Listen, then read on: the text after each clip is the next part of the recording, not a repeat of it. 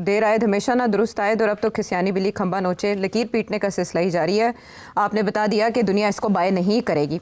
अब आगे बढ़ते हैं और उस बड़ी डेवलपमेंट की तरफ चलते हैं जो हेडलाइंस बना रही है कि अगले हफ्ते अलास्का में मिलने जा रहे हैं अमेरिकन प्रेसिडेंट और रशियन प्रेसिडेंट, और मामला है यूक्रेन का। लेकिन इससे यूक्रेन आउट होगा, यूक्रेन की बारी बाद में आएगी। उन्होंने ट्वीट ज़रूर किया ज़ेलेंस्की ने कि वो काबिल कबूल नहीं समझते जो भी इसमें फार्मूला प्रेजेंट किया जाएगा। लेकिन स्टीव विटकॉफ का इससे पहले जाके मॉस्को में मुलाकात करना और फिर उसमें मुख्तलिफ मामलात का तय पा जाना। कल का आपका एनालिसिस ये कहता था कि जब दो बड़े मिलते हैं तो बैकग्राउंड में सारा काम मुकम्मल, होमवर्क मुकम्मल हो चुका होता है। तो इसे हम एक बहुत बड़ा ब्रेक थ्रू कह सकते हैं इन हालात में?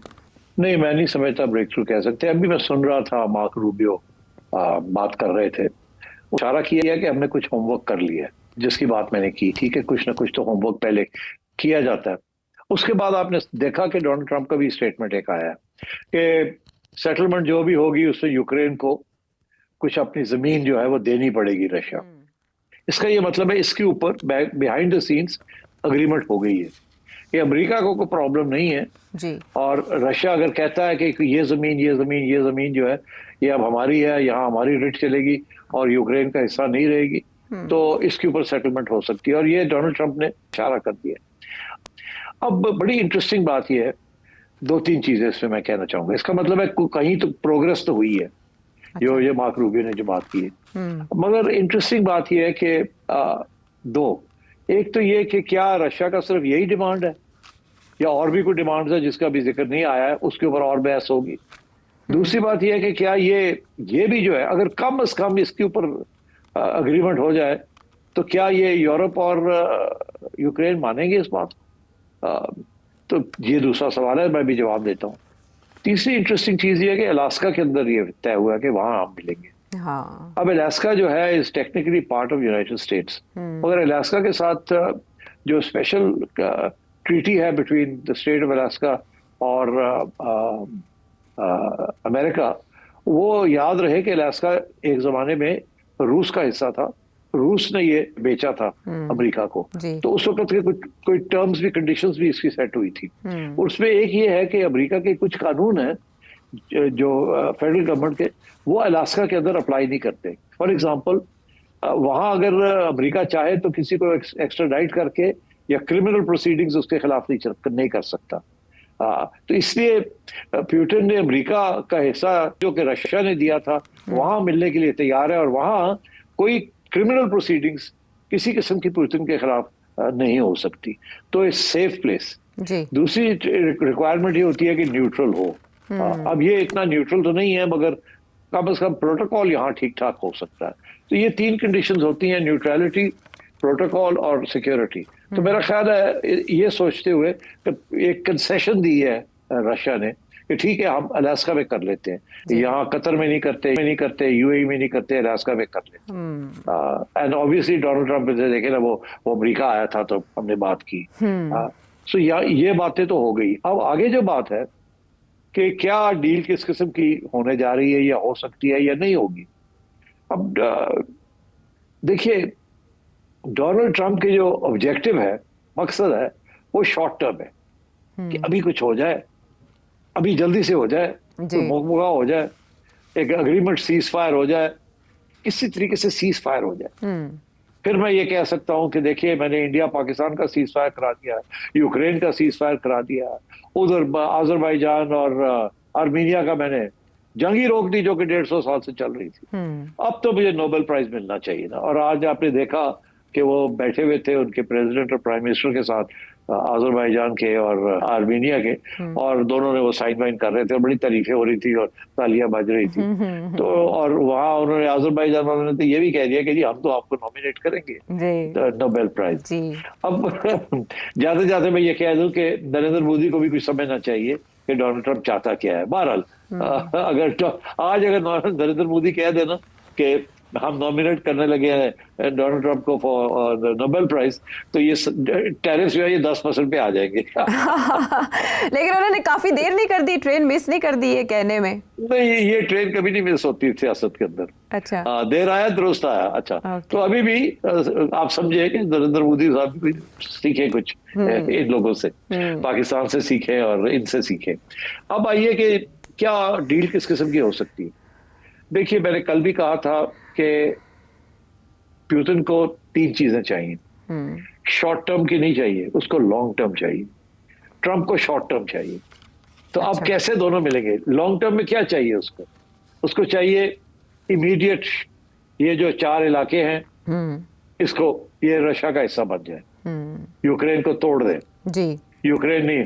दूसरा ये कि आगे से कभी भी यूक्रेन नेटो का हिस्सा नहीं बन नहीं सकता। होगा। और तीसरी ये कि अगर रहता भी है तो अपने हथियार वगैरह नहीं होंगे इनके पास, डिसआर्म होगा। तो एक किस्म का बफर स्टेट बन जाएगा। अब मेरा ख्याल है कि ये तो बहुत मैक्सिमम डिमांड्स हैं। मेरा ख्याल है जो बात जहां सेटल हो सकती है फॉर द टाइम बीइंग, वो यही हो सकता है कि ये जो 4 इलाके हैं, ये यूक्रेन दे दे रशिया को, और एक पीस डील हो जाए जिसमें कुछ और भी इश्यूज बन जाए, ताकि ये मामला जो है आगे बढ़े। अब डोनाल्ड ट्रंप की यही कोशिश है कि शॉर्ट टर्म में सीज फायर करके और रशिया को ये इलाके दिलवा दिए जाए। मगर मेरा ख्याल है यूरोपियंस नहीं मानेंगे, और ज़ेलेंस्की का तो ऑलरेडी बयान आ गया है, यूरोपियंस का भी बयान आ गया। वो कहते हैं कि ये किस किस्म की बात हो रही है रशिया की और अमेरिका की, जब ये मामला यूरोप का है और रशिया का है। यहाँ तो ज़ेलेंस्की को बैठना चाहिए और हमें बैठना चाहिए, और हमें पूछे बगैर ये चौथे मल्ले आगे ये क्या कर रहे हैं? ठीक है ना? तो आई थिंक इस किस्म के इश्यूज हैं। ये आसान नहीं होगा ज़ेलेंस्की को समझाना और उनसे बात करवानी, और मैं नहीं समझता कि इस पे कोई लंबी चौड़ी कामयाबी होगी इस मीटिंग में, जब तक यूक्रेन के ये 4 हिस्से या वो कॉन्कर नहीं कर लेता, क्योंकि पुतिन बहुत करीब है जी यूक्रेन को डिफीट करने में। या तो यूक्रेन अपनी फोर्सेस वहां से पुल करे और रशिया कंट्रोल ले ले, इसके ऊपर आगे बात बढ़ सकती है। मगर अगर यूक्रेन अब ये तैयार नहीं है ये करने को, तो फिर क्या होगा? फिर ये होगा, मैं आपको बता दूं, डोनाल्ड ट्रंप जो धमकियां दे रहा है, डोनाल्ड ट्रंप ये कह रहा है कि हम यूक्रेन को हथियार भी देंगे, पैसे भी देंगे, और ये लड़ाई जारी रहेगी। और इस वक्त तो हथियार कम किए हुए, एम्यूनिशन वगैरह कम हुआ है। सो अभी तो अमेरिका अपने कॉन्ट्रीब्यूशंस नेटो को कम कर दिए, मगर यूरोपियन नेशंस को कहा आप पैसे दें और जल्दी करें, एंड सो ऑन। तो आई थिंक मेरा नहीं ख्याल एनी मेजर ब्रेक थ्रू होगी ये, मगर ये जरूर हो सकता है कि तजवीज़ ये दी जाएगी कि दोनों साइड्स अग्री करते हैं कि ज़ेलेंस्की और यूक्रेन जो है और नेटो जो है, वो जो रशिया के जो कंसर्न्स हैं कि नेटो रशिया के खिलाफ नहीं है, और ज़ेलेंस्की जो है वो हमारे इलाके जो है रशिया के उनको वापस मिल जाएंगे, और रशिया की तरफ से ये एश्योरेंस या गारंटी मिलेगी कि हम बिल्कुल, हमारा कोई इरादा नहीं है यूरोप की तरफ बढ़ने का, हमारा कोई इरादा नहीं है कि हम यूक्रेन को हजम कर ले सारे का सारा, यहाँ तक कि अगर यूक्रेन को इंटरनेशनल प्रोटेक्शन मिलती है इसके बाद तो हमें उससे भी कोई इतराज नहीं है। मगर नेटो जो है ना, NATO is directly against Russia, आप इसको बफर जोन बनाना चाहेंगे, तो इस किस्म की बातें अब होंगी। अभी तो यूरोप वालों ने बोला नहीं है, वो भी बोलेंगे। वो बहुत खौफजदा है रशिया से, और अमेरिका तो बहुत दूर बैठा है ना, तो इसलिए I think let's wait and see. But ज्यादा मैं नहीं इस पे समझता कि कोई ब्रेक थ्रू होगा, मगर ये जरूर हो सकता है कि इन दोनों की तरफ से एक तजवीज़ आ सकती है कि वी हैव बोथ अग्रीड कि ये जो इलाके हैं ये रूस को मिलने चाहिए, और रूस की सिक्योरिटी को प्रोटेक्ट करना चाहिए, और यूरोप की सिक्योरिटी को प्रोटेक्ट करना चाहिए, और इसकी तरफ हम आगे बढ़ेंगे। अब इस किस्म की बात हो सकती है, मगर मेरा ख्याल है सीज फायर इस स्टेज पे ज़ेलेंस्की नहीं एग्री करेगा। अब उसको कैसे मनाएंगे आई डोंट नो। सर साहब, आपके एनालिसिस के मुताबिक ऐसे ही लगता है कि डोनाल्ड ट्रंप काफ़ी जल्दी में है, क्योंकि उन्होंने यूक्रेन वॉर का इक़्तिदार में आते साथ फ़ौरन 24 घंटों के अंदर ख़त्म करने का ऐलान किया था कि उस जंग को फौरी तौर पर ख़त्म कर देंगे, लेकिन काफ़ी अरसा हो गया। अब जो यूरोपियन ऑफिशियल है वो ये कह रहे हैं कि प्रेसिडेंट ट्रंप ने ज़रा भी प्रेशर प्रेसिडेंट पुतिन के ऊपर नहीं डाला, और ज़ेलेंस्की के कुछ कॉन्स्टिट्यूशनल लिमिट्स भी हैं जो वो फेस कर रहे हैं, और ट्रंप चाहते हैं कि वो जल्द अज जल्द रिजॉल्व कर लें। आपको याद होगा कि जब अफगानिस्तान से इनखला की बातें हो रही थी तो कैंप डेविड में इनवाइट किया गया था तालिबान लीडर्स को, लेकिन बाद में वो मीटिंग कैंसिल हो गई। आप ये समझते हैं कि अभी भी बहुत से इफ्स एंड बट्स के सबब ये मीटिंग भी मुलतवी हो सकती है, कैंसिल हो सकती है? बिल्कुल मुलतवी हो सकती है, कैंसिल हो सकती है, आई एग्री विद यू। मगर आपने भी जिक्र किया कि कुछ लोग कह रहे हैं कि रशिया के ऊपर प्रेशर नहीं डाला डोनाल्ड ट्रंप ने। जी, ये सही है अप टू अ पॉइंट, मगर आहिस्ता आहिस्ता प्रेशर डाल रहे हैं ना। ये सारा जो टैरिफ वाला ड्रामा है, ये इंडिया के साथ जो हो रहा है ये बिल्कुल प्रेशर है ऑन रशिया। इसमें देखे ना, या चाइना या इंडिया, यही दो मुल्क हैं जो कि रशिया के साथ तिजारत करके तेल ले रहे हैं रशिया। बाकी सैंक्शंस तो इतनी चलती नहीं है। इंडिया के ऊपर वो प्रेशर डाल रहे हैं कि, और क्यों वो प्रेशर ये नहीं है कि इंडिया के ऊपर है, वो एक्चुअली रशिया के ऊपर है कि रशिया को एक्सपोर्ट्स टू इंडिया जो है उसको बंद की जाए। और इसीलिए मैंने आपसे ये कहा था कि जब ये यूक्रेन वाला मामला सेटल हो जाएगा between Donald Trump and Russia, तो इंडिया वाला मामला भी डोनाल्ड ट्रंप पर खत्म हो जाएगा और नरेंद्र मोदी साहब चुप करके बैठ जाएं। कोई इधर उधर भटकने की जरूरत नहीं है, कभी इधर जा रहे हैं कभी उधर जा रहे हैं, कोई फायदा नहीं इसका, चुप करके बैठे। और आप देखिएगा कि जैसे ही ये मामला तय होता है तो आपसे भी प्रेशर हट जाएगा, और इन द मीनवाइल अगर आप उनको नॉमिनेट कर देंगे तो जल्दी हो जाएगा काम आपका।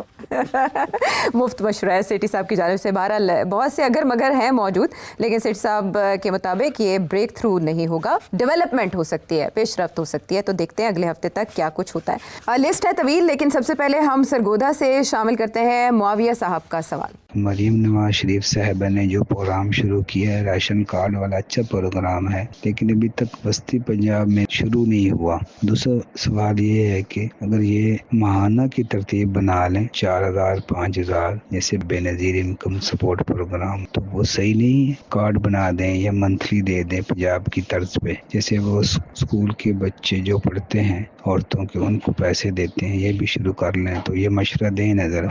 देखिए, मेरा तो मशवरा यही है कि जो कुछ देना होता है वो कैश में दिया जाए। अभी कल भी एक सवाल आया था कि बेनजीर इनकम सपोर्ट प्रोग्राम के ऊपर, तो मेरा यही जवाब था कि कैश देना अच्छा होता है, ताकि जिसको कैश मिलता है वो खुद फैसला करे उसने कैसे उसको खर्च करना है। ये नहीं कि आप फैसला करें कि उसने किस पे खर्च करना है।